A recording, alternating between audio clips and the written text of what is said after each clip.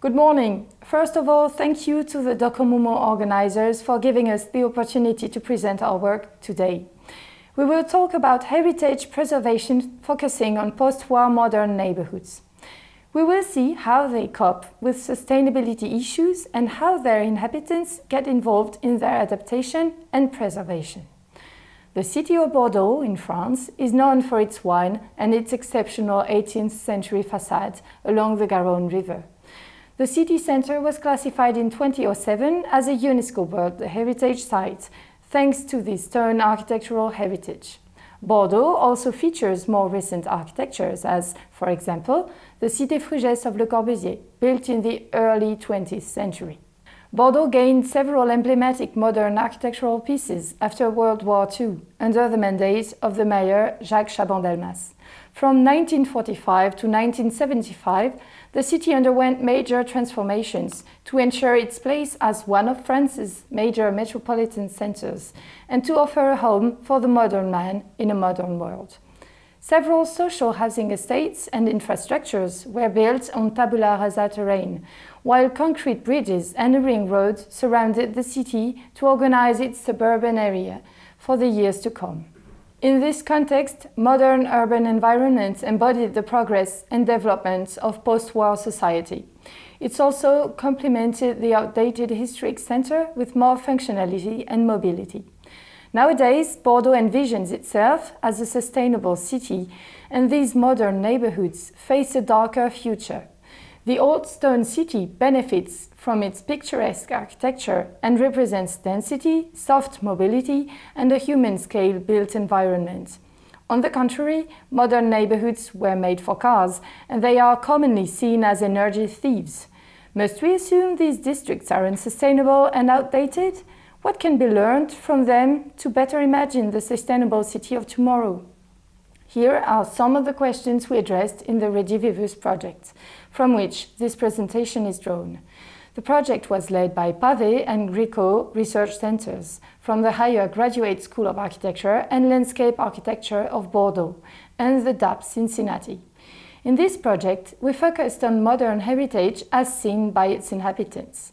We tried to better understand how they participate in preserving architecture through its adaptation to the sustainable city principles.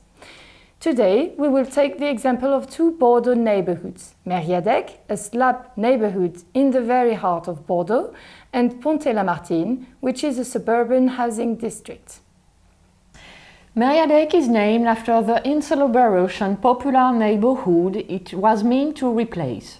While France engaged in a policy claiming housing as a right for all, the post-war context allowed for several architecture theories to be experienced. Mériadec is one of the few districts that strictly applied the Charter of Athens in France with Féminin Vert of Le Corbusier. The idea was to ban traditional architecture and town planning in favor of regularity and geometry, the separation of function and flows, space, clean air and sunlight. More than replacing the old city, Chaban-Delmas wanted to create a district that would highlight Bordeaux's vibrancy and importance at the national scale. The multifunctional slab district is organized in several esplanades gathered around a planted garden in its center. Cross-shaped buildings all around host offices, flat, sport and leisure facilities and a commercial center. Footbridges, staircases and underground car parks link the slab to the old city, but Mériadec remains a monumental district as seen from the ground. This clear break for the classical city when France's the insular character of this new district. Today it is still criticized for its extreme density and out-of-scale aesthetic that may appear old-fashioned to some passers-by. But with the arrival of the tram and the urban expansion, Mériadec is all the more remarkable. Its open garden offers a unique urban promenade with the city at its feet. With our vast balconies, the tower enables residents to be in touch with the green canopy of the park and to enjoy a splendid view over Bordeaux and beyond. Besides this large urban complex, Pont-et-la-Martin is an example of a more human scale and reasoned modernity in the Bordeaux periphery. It consists in 3 housing typologies: a tower, a pyramid, as its inhabitants call it, a 20-high patio where houses all gathered around a park with tennis courts and a playground. Pont-et-la-Martin contributes to the experiments of this period by combining intimacy and density with assuming a modern architecture consisting of flat roofs and purist design. Just like in Mériadeck, the passage of time has revealed the neighbourhood's uses quality and its heritage value. Despite the rapid urbanization around, Pont-et-la-Martin continues to enjoy its preserved outdoor collective space that revived so precious for all the surroundings during the lockdown. These unbuilt and intimate spaces contribute to the social interaction. Patios provide transitions between public and private life that can be personalized. They also bring light, sunshine, and openness to the landscape, in line with the architect's persistent hygienic concerns. In Mériadeck and Pont-et-la-Martin, typologies mix both repetition and diversity that uphold 2 different profiles: families with young children, disabled and elderly people, students. This is the first step towards social diversity and inclusion that not all the neighbourhoods achieve. And now let us see how this modernity interacts with the daily activities of the inhabitants on the one hand, and with more recent issues such as energy transition or urban densification on the other. From the inhabitants' point of view, the living environment of these 2 very different districts presents qualities in terms of mobility, facilities, and atmosphere.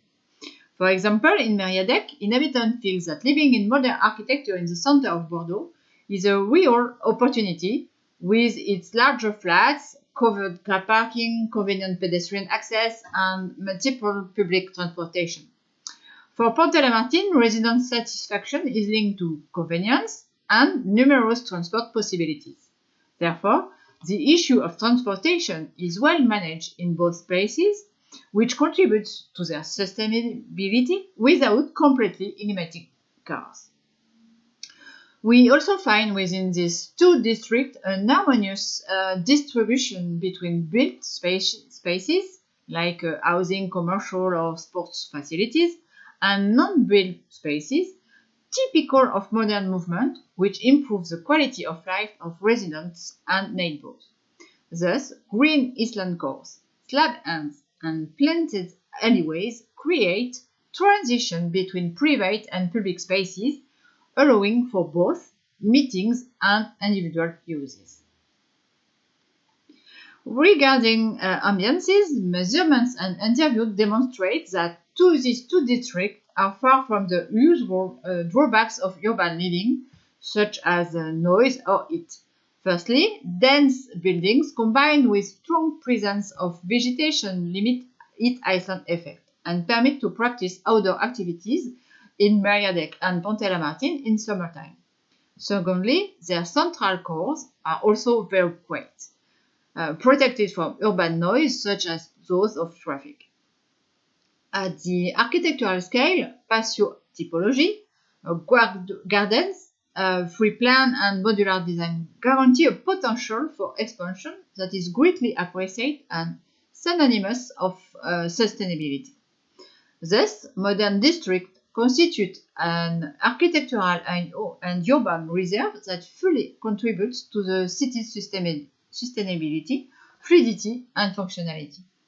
Mériadeck and Pont-et-la-Martin are secretly popular for these types of urban and architectural use, not often known by urban services. Nevertheless, residents are generally very careful to preserve the urban and architectural homogeneity and details. The way in which this post-war heritage is viewed and understood is essential to the potential sustainability of the modern legacy. As said earlier, the inhabitants are the first to defend and maintain this heritage they learn to discover day after day. Our research shows that even if they didn't like these neighborhoods before living here, people come to appreciate their functionality and flexibility. Therefore, they tend to protect its architecture while adapting it to their current needs. They even try to promote the quality of life and the heritage value of their neighborhoods by making collective projects or confronting local experts or city representatives. Here, you see the balcony of one of these proactive inhabitants who started a local organization for growing vegetables on the Meriadeck slab. Some projects are initiated by the Residents Association Safeguarding Meriadeck, which promotes modern heritage as an inspiration for building the city of tomorrow. Its founder, on the picture, created the Docomomo files for Meriadeck, and she is also a member of Bordeaux's UNESCO Council.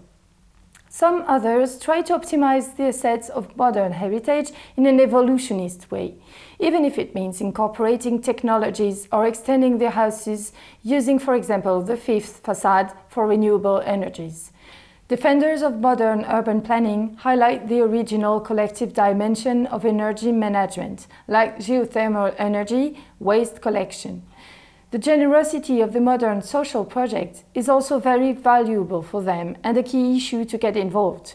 Indeed, they sometimes feel like their district is not enough taken care of by the local authorities because it is a contemporary heritage and, as such, not part of the touristic attractions. Our research demonstrates the driving role of the inhabitants in the recognition of such complexes. They are essential levers for leading these areas towards a greater sustainability, as they know the specific features that make modern districts a living heritage worth preserving. Their commitment to act in and around these neighborhoods also raises awareness on heritage issues and sustainability. But maintaining such neighborhoods may reveal quite difficult for inhabitants who don't always share the same goals and means. These difficulties may result in the closure of the esplanades for security reasons or abandoned amenities. Some actions were made to highlight contemporary architectural masterpieces as the remarkable contemporary architecture label. This label is a source of satisfaction and pride for these districts. Pont-et-Lamartine is thinking of applying it to it. Labeling is a first step toward a better recognition of this collective cultural and architectural heritage, but might require other measures to preserve it. Thank you very much for your attention, and please do not hesitate to follow our projects on the website indicated below. Thank you.